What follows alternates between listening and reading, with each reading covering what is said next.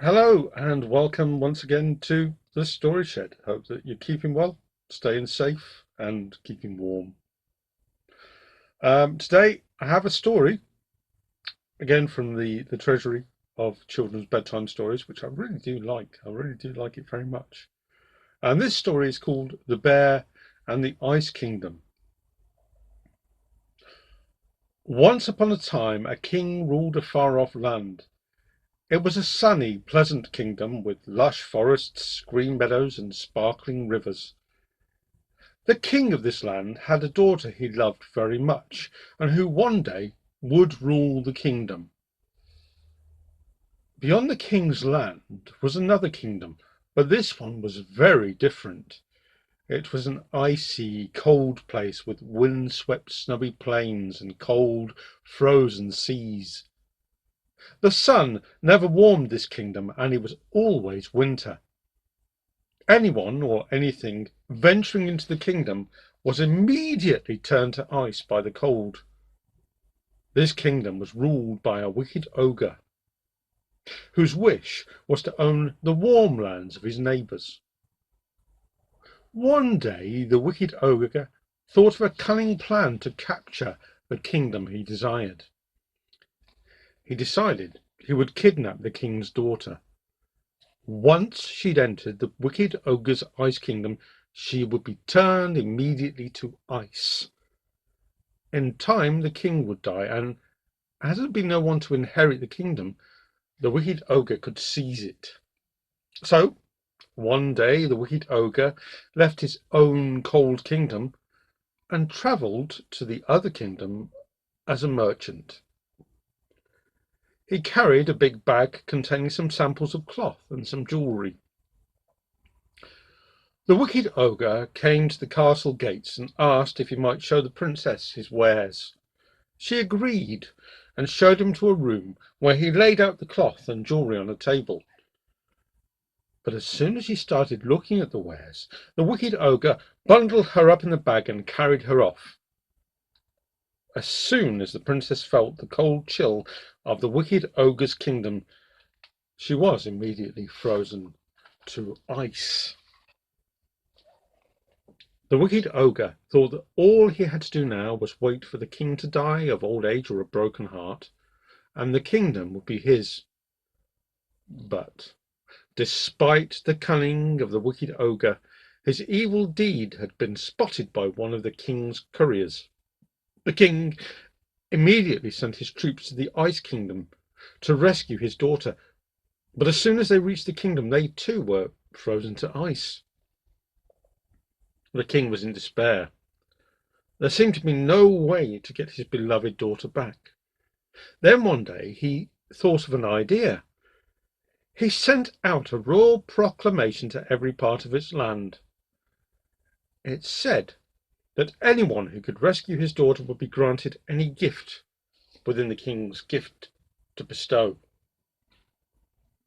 Many adventurers tried to rescue the king's daughter in the hope that they might win her hand in marriage or be granted riches and land as a reward.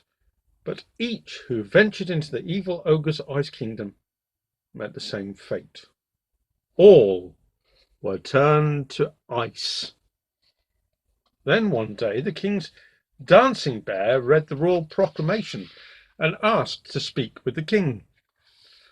"Your Majesty," said the dancing bear, "I have a plan to rescue your daughter, the princess." And what is your plan?" asked the king. "My plan is a secret, your Majesty," said the dancing bear. "But if you will trust me, I promise she will be brought safely back home." The king agreed to let the dancing bear try and rescue his daughter. After all, every other attempt had ended in failure, so what did he have to lose? The dancing bear was released from his chain and went off immediately to begin his task. He travelled day and night until finally he reached his destination, a cold, snowy place where his cousin lived. His cousin was not like the dancing bear, however.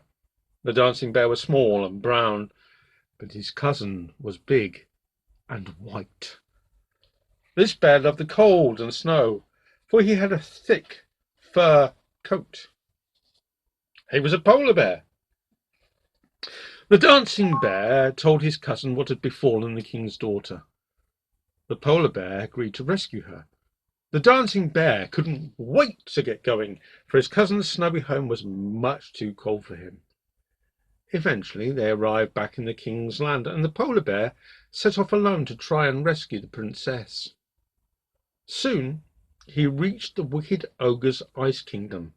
A freezing, icy wind blew all around the polar bear, but his thick, warm fur coat kept out the cold. Then a huge snowstorm came up, but the polar bear just shook his fur and all the snow fell from him. On went the polar bear until he reached the wicked ogre's castle. The ogre never expected that anyone would be able to enter his cold kingdom without being turned to ice, so he never locked his doors. While the ogre was snoring in his bedroom, the polar bear searched stealthily around the castle until he found the frozen princess.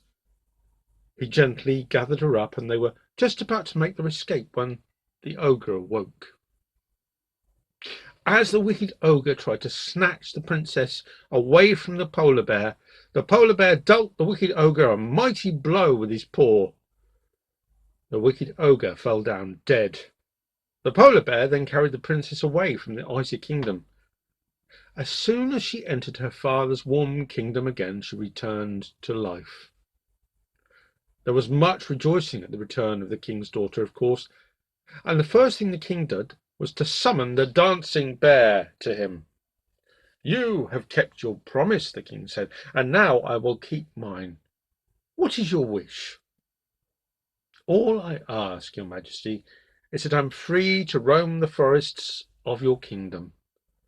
The king immediately granted his wish, and as a reward to the polar bear, he was given the ice kingdom as his own domain, which, being so cold, suited him just fine. And that's the end of the story of the bear and the ice kingdom. Do you know of any other stories that have bears in them that you'd like to hear in the Story Shed? If you do, then let us know at thestoryshedblog@gmail.com. That's thestoryshedblog@gmail.com. Or if you have any stories you've written yourself, then send them in and they can be read on the channel.